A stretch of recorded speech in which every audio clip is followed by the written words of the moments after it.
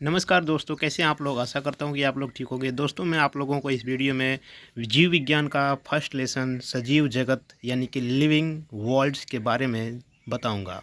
तो चलिए आगे बढ़ते हैं और पढ़ते हैं अपने इस चैप्टर के बारे में, यानी कि जीव विज्ञान के बारे में। जीव विज्ञान का पहला चैप्टर है 1.1 सजीव जगत यानी कि द लिविंग वर्ल्ड्स। चलिए इसको शुरू करते हैं।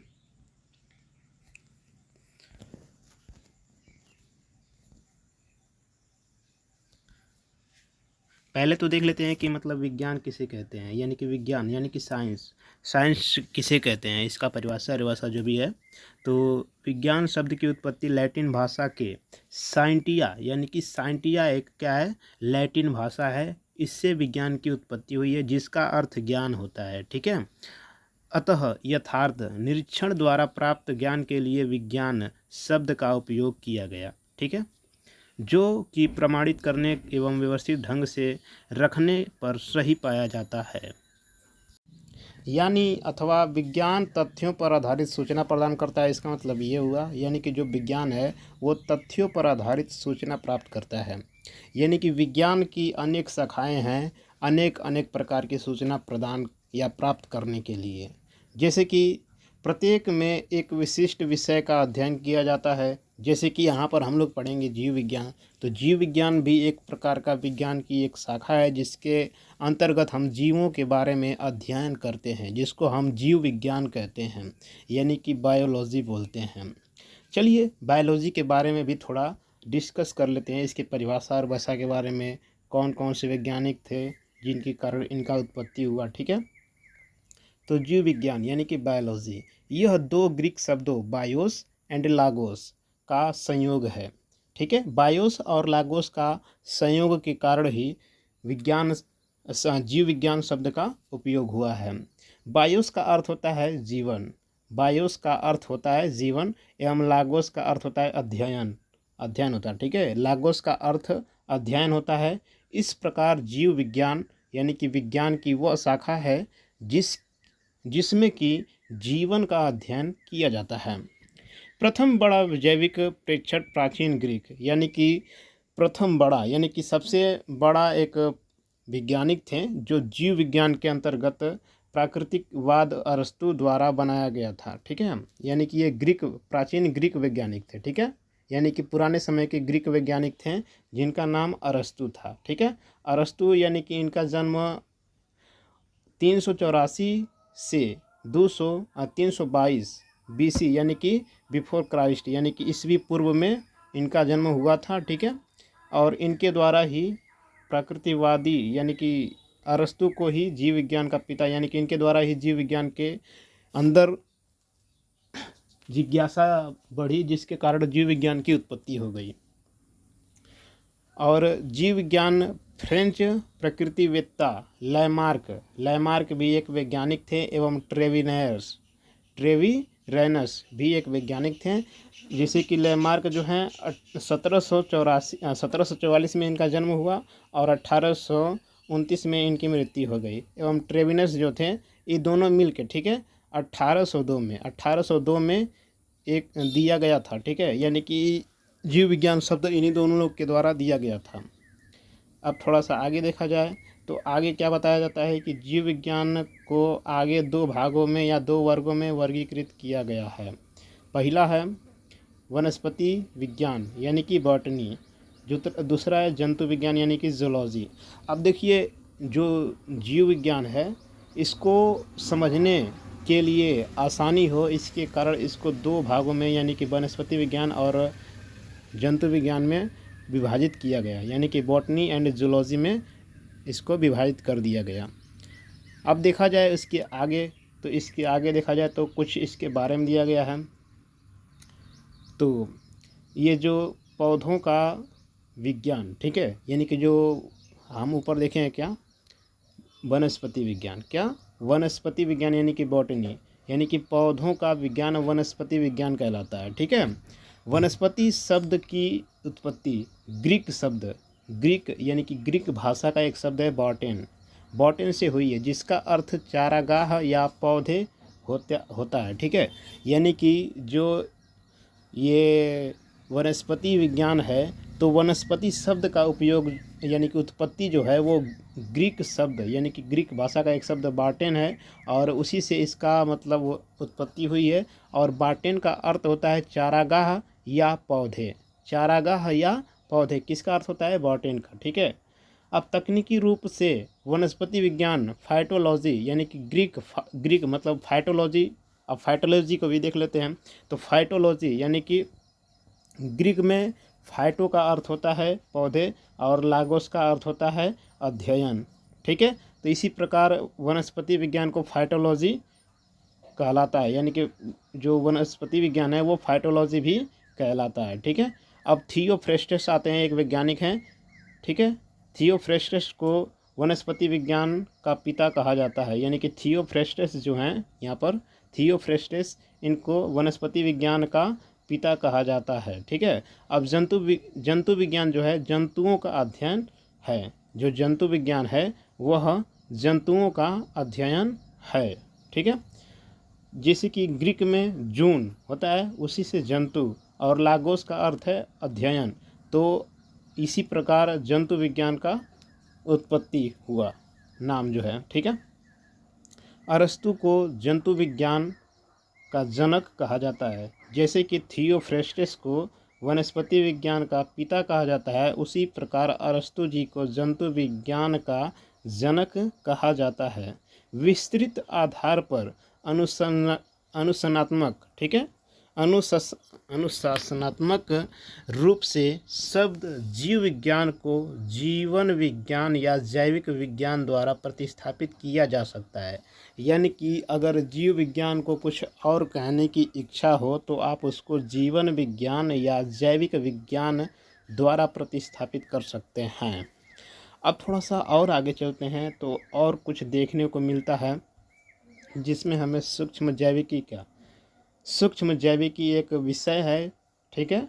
जिसको हम माइक्रोलॉजी बोलते हैं। सूक्ष्म जैविकी को माइक्रोलॉजी बोलते हैं। अब यह जीव विज्ञान की शाखा है, यानी कि जीव विज्ञान यानी बायोलॉजी का शाखा है, जिसमें सूक्ष्म जीवों के विभिन्न पहलुओं का अध्ययन किया जाता है। ल्यूवेनहाक सूक्ष्म जैविकी के पिता हैं।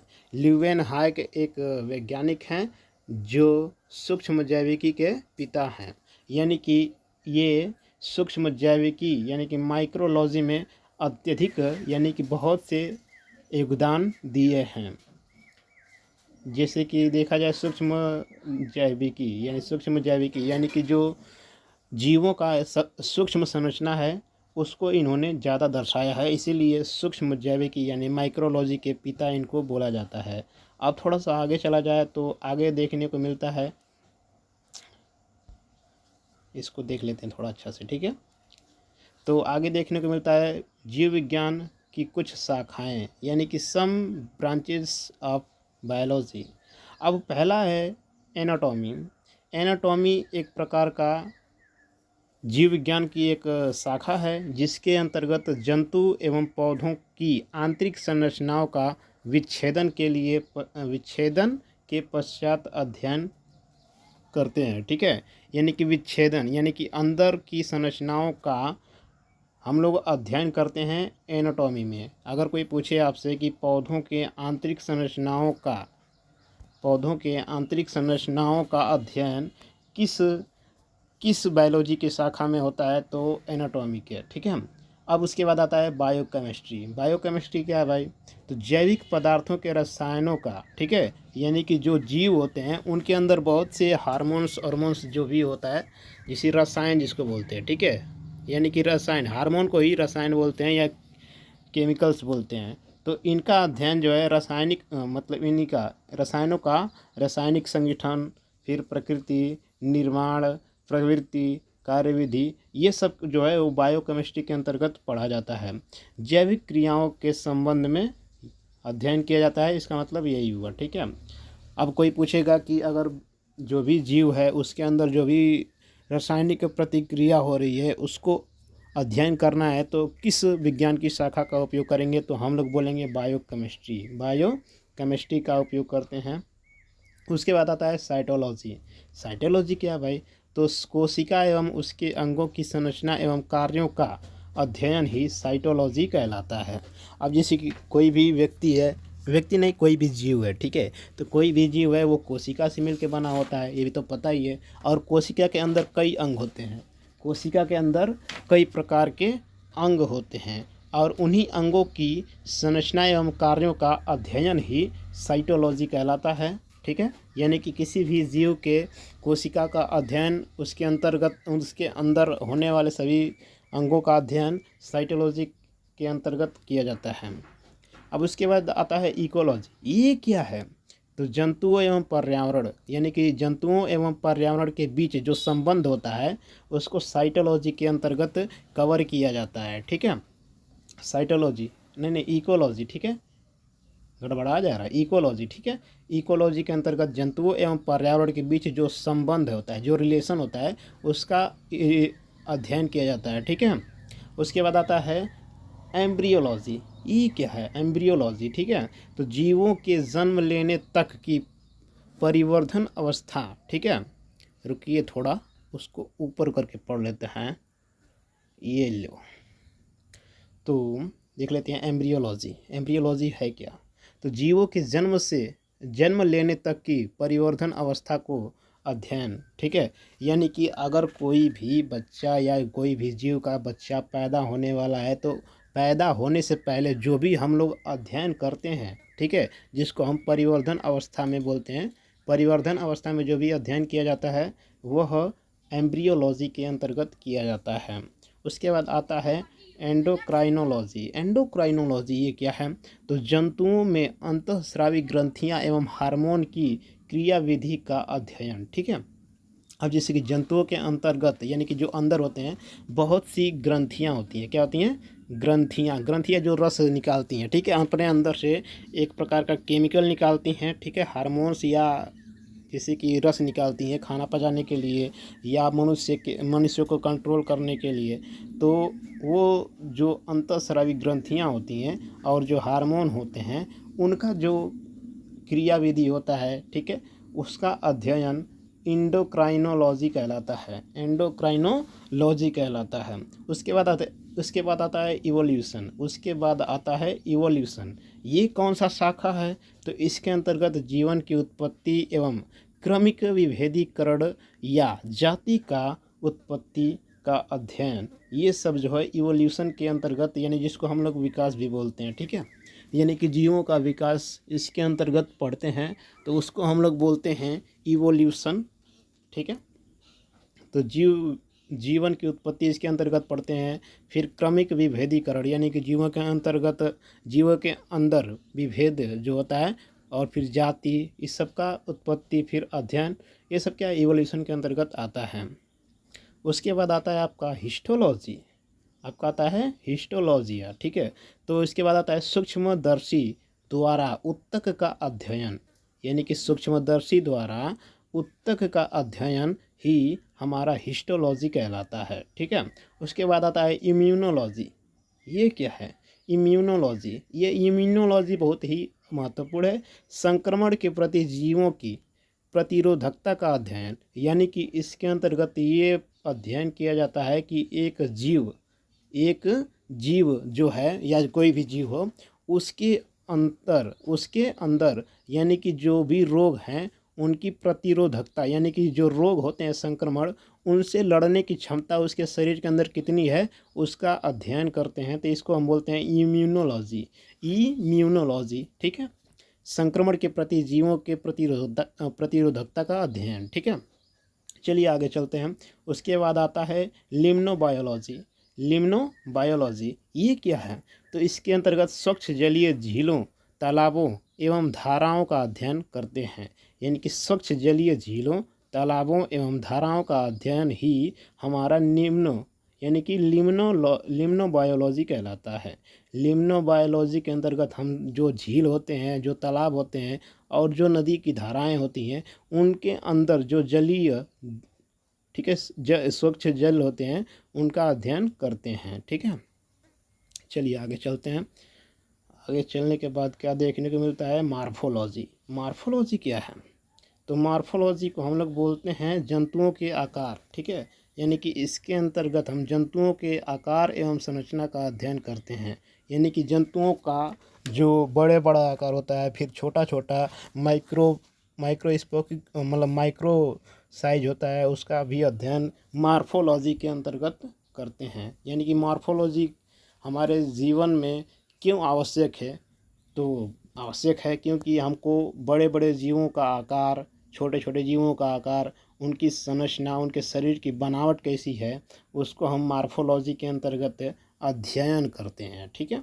उसके बाद आता है आपका पेलियोलॉजी। ठीक है। यानी कि पेलियोलॉजी एक प्रकार का जंतुओं के जीवाश्मों का अध्ययन, यानी कि जो पहले के जंतु जीव मर चुके हैं या जो पेड़ पौधे दब चुके हैं, तो वो क्या है कि दब के उनमें कुछ सड़न गलन के द्वारा जो भी बनता है, उसका अध्ययन हम इस शाखा के अंतर्गत हम लोग करते हैं। उसके बाद आता है फिजियोलॉजी। उसके बाद फिजियोलॉजी एक प्रकार का भी शाखा है जीव विज्ञान का, जिसके अंतर्गत जीवों के अंदर विभिन्न भागों के कार्यों का अध्ययन करते हैं। यानी कि फिजियोलॉजी जो भी मनुष्य के अंतर्गत विभिन्न भाग होते हैं, यानी कि अंदर जो मनुष्य के अंदर विभिन्न भाग या जीवों के अंदर विभिन्न भाग होते हैं, उनका काम क्या होता है, उसका अध्ययन करना ही फिजियोलॉजी के अंतर्गत हम लोग उसका अध्ययन करते हैं। ठीक है।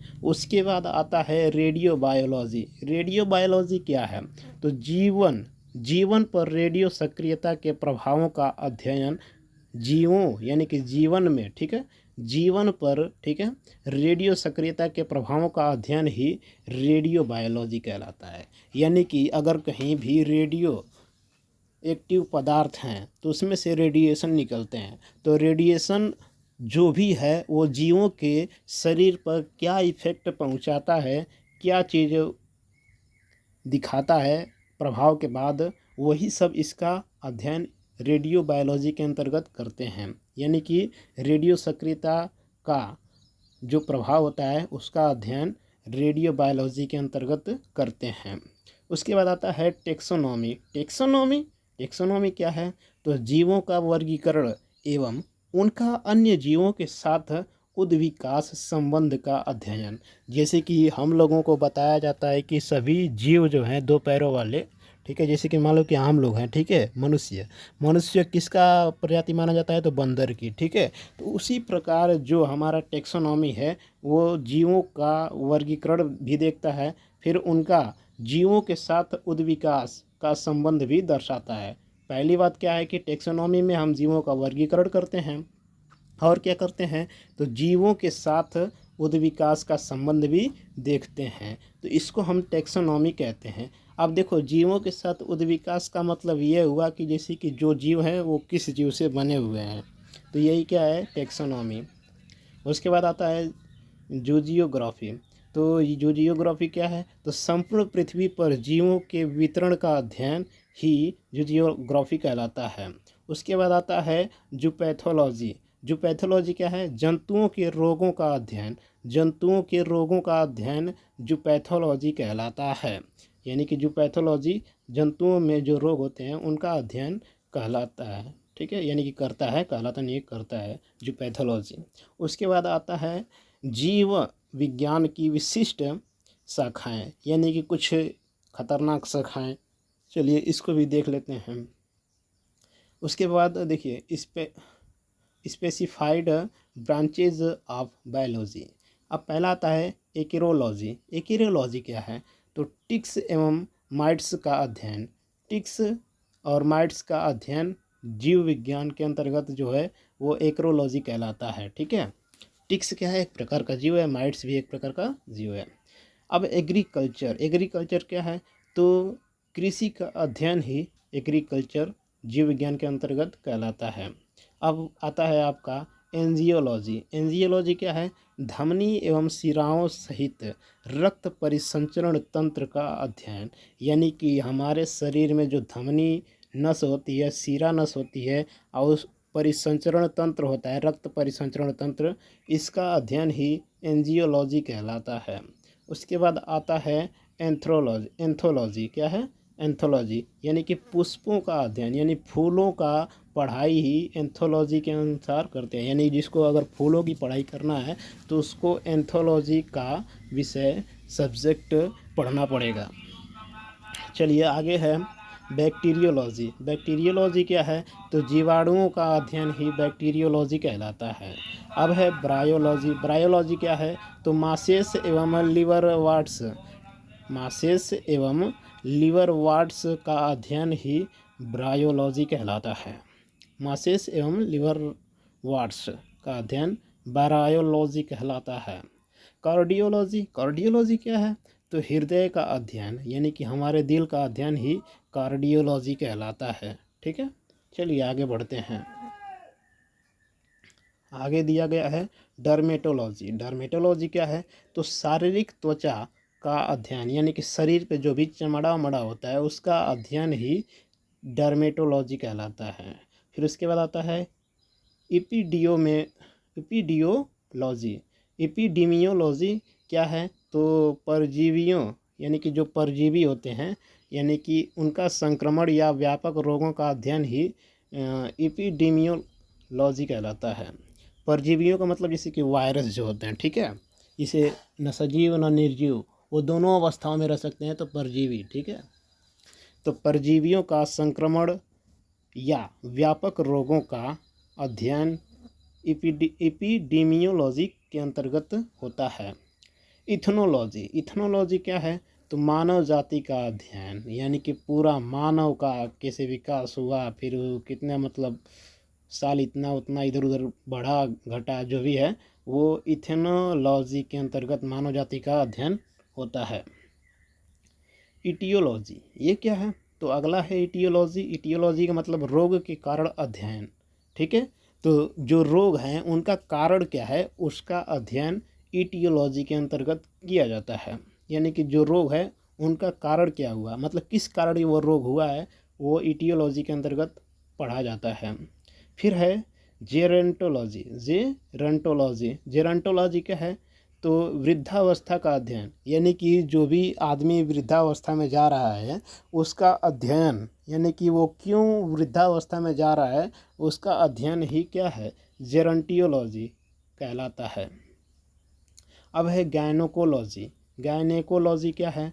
तो मादा प्रजनन अंगों का अध्ययन यानी कि मादा प्रजनन अंगों का अध्ययन ही हमारा गायनेकोलॉजी कहलाता है। उसके बाद आता है हीमेटोलॉजी। हीमेटोलॉजी क्या है? रक्त का अध्ययन। रक्त का पूरा अध्ययन क्या है? हीमेटोलॉजी। उसके बाद आता है हिपैटोलॉजी। हिपैटोलॉजी क्या है? तो हिपैटोलॉजी यकृत का अध्ययन है यानी कि जो यकृत होता है लीवर उसका अध्ययन क्या है? हिपैटोलॉजी। उसके बाद है कैलोलॉजी। कैलोलॉजी क्या है? तो मानव सौंदर्य अध्ययन यानी कि जो मानव है उसका सौंदर्य किसके कारण क्यों हो रहा है, मतलब इतना सौंदर्यता उसमें क्यों होता है, तो वो हम इसमें पढ़ते हैं कैलोलॉजी के अंतर्गत पढ़ते हैं। ठीक है, अब इसके बाद आता है लेप्रोलॉजी। लेप्रोलॉजी क्या है? तो कोढ़ यानी कि लेप्रोसी का अध्ययन। कोढ़ यानी कि लेप्रोसी का अध्ययन कहलाता है। यानी कि लेप्रोसी का जो पढ़ाई होता है वह लेप्रोलॉजी के अंतर्गत होता है।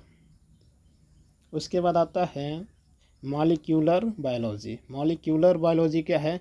तो आणविक स्तर पर जीवन विज्ञान का अध्ययन यानी कि छोटे छोटे जो कण होते हैं, ठीक है, एटम्स जो होते हैं परमाणु, ठीक है, तो उनके अंतर्गत यानी छोटे छोटे कणों के अंतर्गत जो वो छोटे छोटे कणों के स्तर पर जो हमारा अध्ययन होता है यानी कि जीव विज्ञान का अध्ययन होता है छोटे छोटे कणों के स्तर पर, वही क्या है? मॉलिक्यूलर लॉजी कहलाता है। ठीक है, मॉलिक्यूल्स जो होते हैं छोटे छोटे मॉलिक्यूल्स स्तर पर अध्ययन किया जाता है।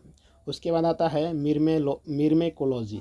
मिर्मेकोलॉजी क्या है? मिर्मेकोलॉजी क्या है? तो चींटियों एवं चींटीखोर का अध्ययन। ठीक है, चींटी एवं चींटीखोर का अध्ययन ही मिर्मेकोलॉजी कहलाता है।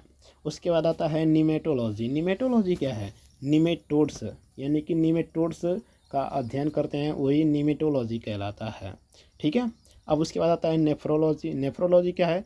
तो वृक्क का अध्ययन यानी कि नेफ्रॉन। ठीक है, नेफ्रोलॉजी यानी कि वृक्क का अध्ययन किडनी का अध्ययन ये नेफ्रोलॉजी कहलाता है। उसके बाद आता है आपका न्यूरोलॉजी। न्यूरोलॉजी यानी कि मस्तिष्क सहित तंत्रिका तंत्र का अध्ययन, यानी कि हमारे दिमाग और उसमें जो तंत्रिका तंत्र होते हैं उनका अध्ययन हमारा न्यूरोलॉजी कहलाता है। यानी कि न्यूरोलॉजी के अंतर्गत ही मस्तिष्क एवं तंत्रिका तंत्र का अध्ययन किया जाता है।